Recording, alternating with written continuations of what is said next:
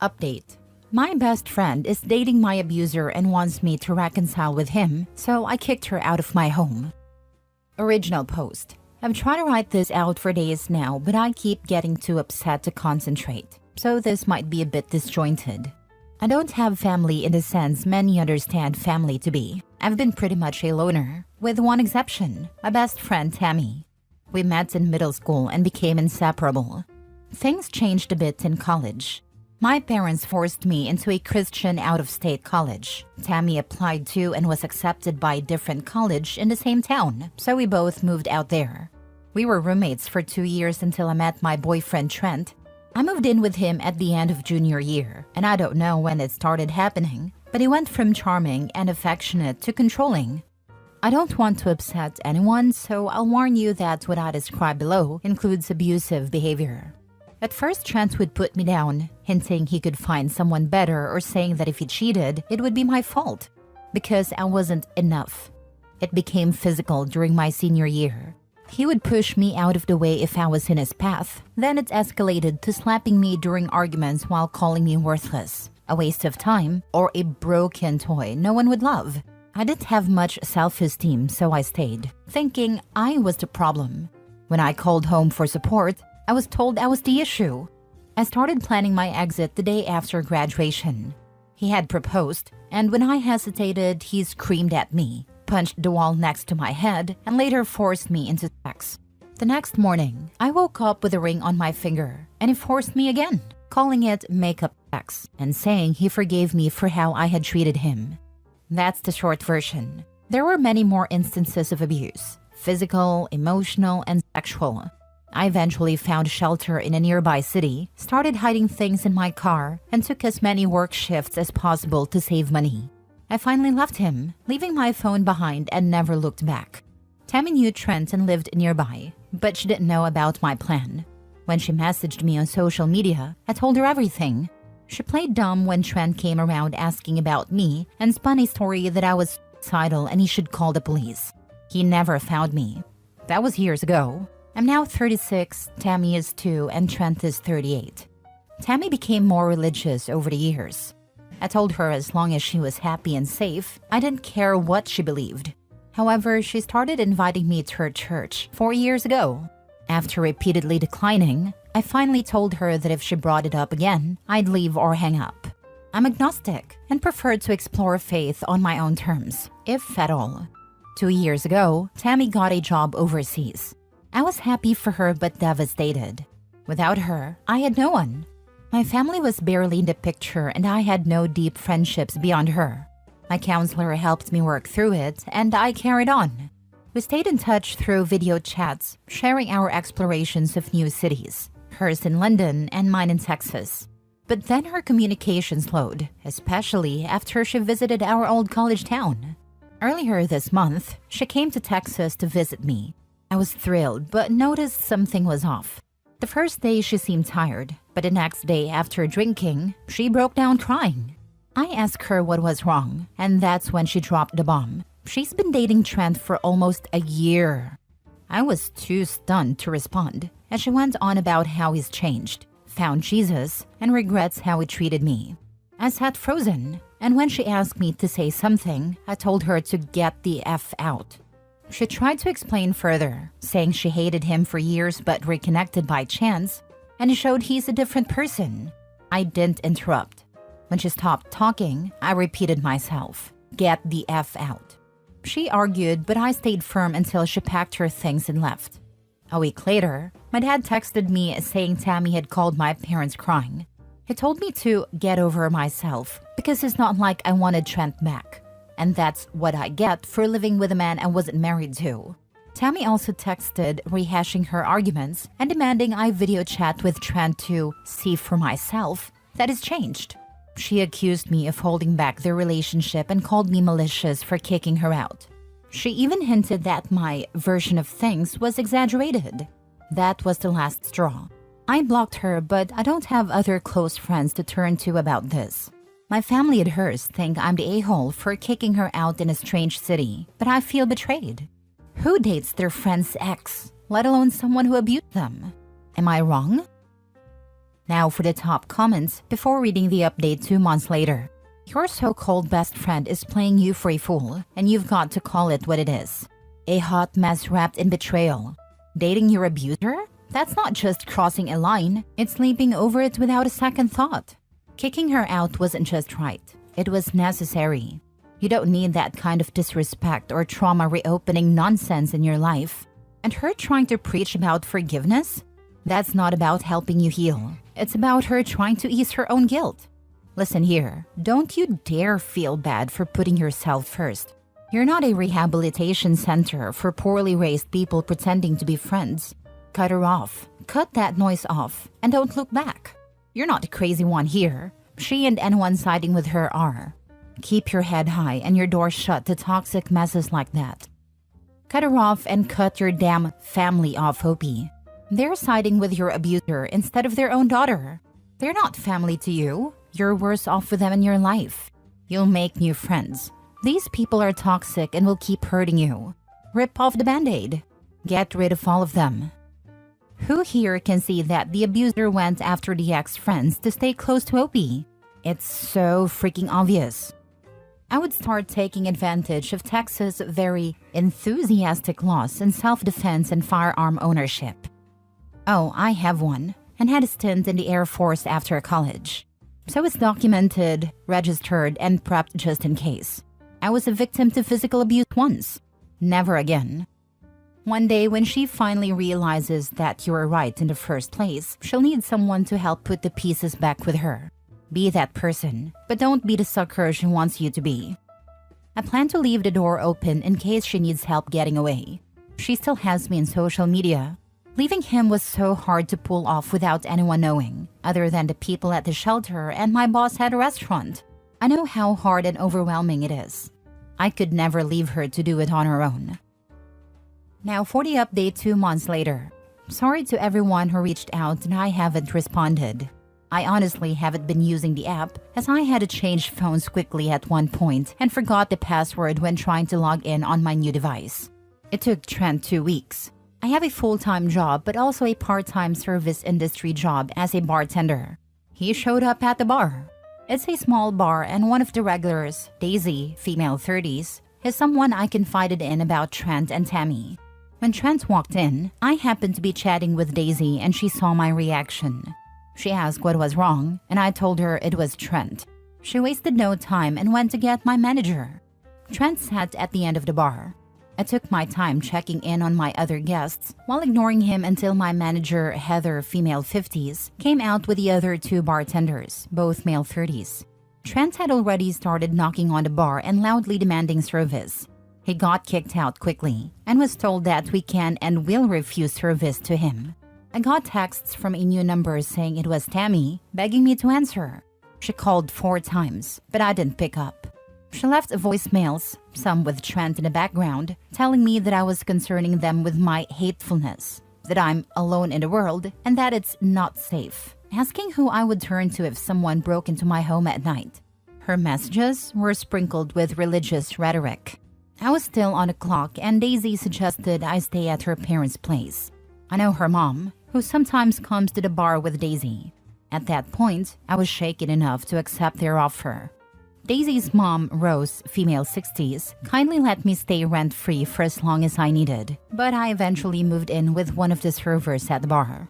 She helped me find legal representation, and I filed for a restraining order using screenshots I had emailed myself earlier, old voicemails and texts.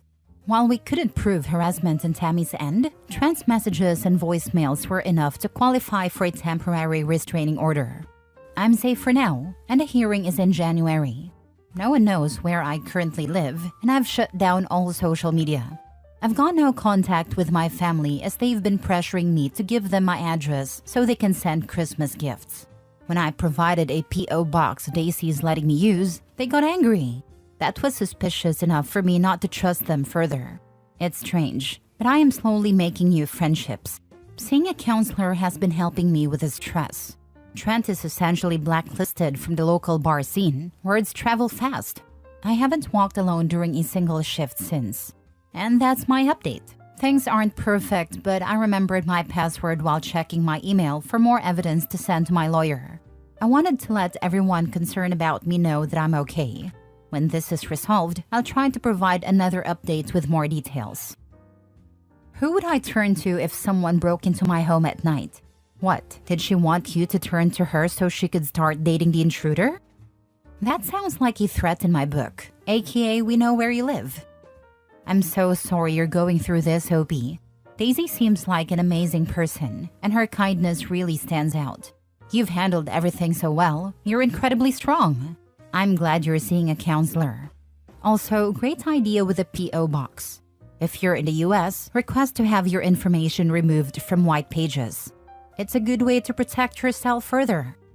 For sure, Daisy's such a real one, and OP handled this like a boss. That white pages tip is solid too. Smart move to stay careful. I hope you have cameras set up at your new home. Tammy is a monster. She is so naive and brainwashed by her religion that she is endangering your life. Trent is a violent abuser who is now stalking you. He got with her so he could have access to you. Your parents aren't safe and trustworthy, and I am glad you know it too. Christians like them are nothing but abusers. That's exactly it. Stupid Tammy thinks she's in love, but all she is to Trent is a means to get to OP. I don't buy that they kept running into each other either. Trent saw Tammy back and started stalking her, hoping she would lead him to OP.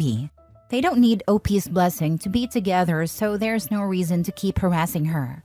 Wanting forgiveness is just a flimsy excuse for Trent to keep stalking OP. If he had really changed, he'd respect that OP can't be around someone who repeatedly raped and abused her, and he'd leave her alone. Getting angry because your victim wants no contact is the opposite of being a changed person. Next story. Am I the a-hole for refusing to babysit my deceased best friend's kids after her husband's betrayal? My best friend, Emma, passed away from cancer 2 years ago. We were like sisters. She was my maid of honor and I was hers. When she was diagnosed, I became her primary caregiver, helping her through chemo and spending every possible moment with her.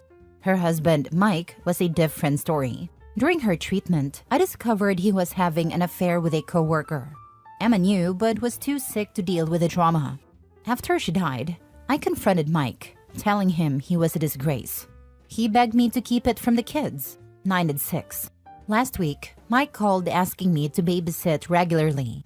Apparently, her affair partner is now his live-in girlfriend. She's an AI art influencer with 50K followers who posts those dressed-up cats and babies you see everywhere. And they want free time. He had the audacity to say Emma would have wanted me to help for the kids. I told him absolutely not. The thought of babysitting while he lives with a woman who betrayed Emma makes me sick. Some say the kids are innocent and need support, while others think I'm justified. Mike is now telling everyone I've abandoned Emma's children. My own family is pressuring me, saying I'm being vindictive. Am I the a-hole? Now for the comments. Not the a-hole, and since he's telling everyone you abandoned the kids, I tell everyone how he was banging someone else while his wife was dying of cancer. Right, it's not about the kids. It's about how OP is still repulsed by his betrayal of her best friend. He took advantage of her help during his wife's final illness to have an affair instead of being a good, supportive husband and father during a crisis. It will take as long as it takes, if ever, for OP to feel comfortable with him and his affair partner. OP may eventually find a way to stay connected with the kids at her own convenience, but she may never feel comfortable babysitting for the couple of cheaters or being friendly with them. What the cheating husband actually requires is OP's, no doubt free, babysitting to suit his convenience, now that he has more parental responsibility than he can offload onto the nearest woman. If I were OP, I'd tell every flying monkey exactly why she is repulsed by the cheaters and can't stomach supporting their relationship at this time. Agree, but try to find ways to stay connected to Emma's kids. You're the best connection to their mom right now. Not the a-hole. I always wonder why a woman would want to be with a man who treats his dying wife so poorly. I know this from experience. The affair partner always thinks they're different. The level of ego involved, the mindset that I was able to steal this person from their spouse, so I'm special, is ridiculous. My therapist and I discussed this after my ex's affair. The saying, once a cheater, always a cheater, rings true, because some people really do think that way and always will. Yep, my ex cheated on me while I was recovering from brain surgery. He told his affair partner's adult children that I knew and was okay with it. I wasn't. When I found out, I kicked him out, despite still being in recovery. What made it worse was that the affair partner pretended to be my friend and even sent me an edible arrangement. I'm still salty about it all these years later. Last story. Am I the a-hole for refusing to take my girlfriend back after she cheated just to see if she still had it? I, 30 male, have been dating my girlfriend Rachel, 27 female, for 2 years. She's always been confident and charismatic, which is one of the things I loved about her. Our relationship seemed solid, good communication, lots of shared interests, and we were even talking about moving in together. A few weeks ago, Rachel admitted to me that she cheated on me during a night out with her friends. She hooked up with some guy she met at a bar. I was completely blindsided. When I asked her why she did it, she said it wasn't about me or our relationship, but because she wanted to see if she still had it. I told her that was a terrible excuse, and she started crying, saying it was a stupid mistake and that she regretted it immediately. She's begged me to forgive her, saying she learned her lesson and that it would never happen again. But I can't get over the fact that she was willing to risk our relationship for something so shallow. She didn't cheat because she wasn't happy or because there was a problem between us. She cheated purely to stroke her ego. Now Rachel and some of our mutual friends are calling me unforgiving, saying that everyone makes mistakes and that I'm throwing away a great relationship over one bad choice. They say I should focus on her remorse and give her another chance. I feel like staying with her would mean betraying my own boundaries, but I'm starting to wonder if I'm being too harsh. Am I the a-hole for refusing to take her back? Not the a-hole. Congrats, you still have it, but you sure as heck don't have me. The mutual friends are just as trashy as her. You'd be crazy to take her back. That's what I thought, but I couldn't be sure of myself. She still had it because she had you. That should have been enough validation. All of this is in the past tense because I hope you use it when you break up with that cheater, not the a-hole. Now Rachel and some of our mutual friends are calling me unforgiving, saying that everyone makes mistakes and that I'm throwing away a great relationship over one bad choice.